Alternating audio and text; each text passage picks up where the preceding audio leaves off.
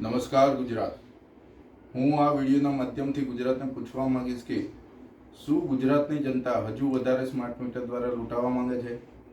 શું ગુજરાતની જનતા ભ્રષ્ટ નેતાઓ અને અધિકારીઓની વાતોમાં આવી જશે? તમે એવું સાંભળ્યું છે કે ભગવાનને પ્રસાદ ચડે અને પૂજારી ભૂખે મરે? એવું કોઈ દિવસ શક્ય બનતું નથી. માટે અમે આ સ્માર્ટ મીટર મુદ્દે જે લડત લડી રહ્યા છે તેમાં અમને સાથ આપો.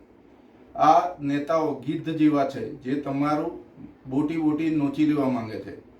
થોડા દિવસો પહેલા વડાપ્રધાન જ્યારે કહે છે કે હું તમારું વીજ બિલ શૂન્ય કરી નાખીશ, અને એના જ થોડા દિવસો પછી જ્યારે ચૂંટણી પૂરી થાય છે કે તરત જ મધ્ય ગુજરાતમાં સ્માર્ટ મીટર લગાવીને જનતાને લૂંટવામાં આવી. શું આ લૂંટની ખબર તેમને નથી? બધે જ ખબર હોય છે.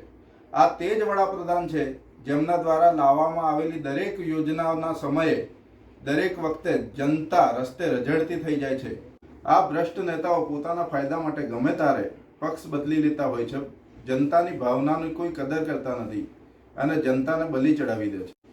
પૂરા ભારતના બધા જ ભ્રષ્ટાચારીઓને પોતાની પાર્ટીમાં ભેગા કરીને વડાપ્રધાન શરીફ બનતા હોય તે શક્ય બને ખરું? જનતાના ઘરે સ્માર્ટ મીટર લગાવવામાં આવ્યા અને જનતા લૂંટાઈ ગઈ. લોકોને જમવાના ખાવાના પણ પૈસા બચ્યા નથી. લોકો પોતાના બાળકોને ખવડાવી શકે, પોતાના મા બાપની દવા લાવી શકે તેવા પણ પૈસા બચવા નથી દીધા. આ આંદોલનમાં અમારો સાથ આપો. અમારા વિડીયો, મેસેજ અને બીજું અન્ય કંઈ પણ સાધનથી અમે જે તમારા સુધી પહોંચવાનો પ્રયત્ન કરી રહ્યા છે તેને વધુમાં વધુ આગળ વધારો.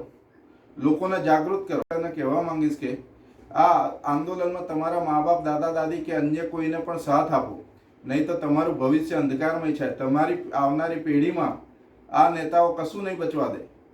બને એટલું વધારે સોશિયલ મીડિયામાં ચલાવો. જય હિન્દ, જય ભારત.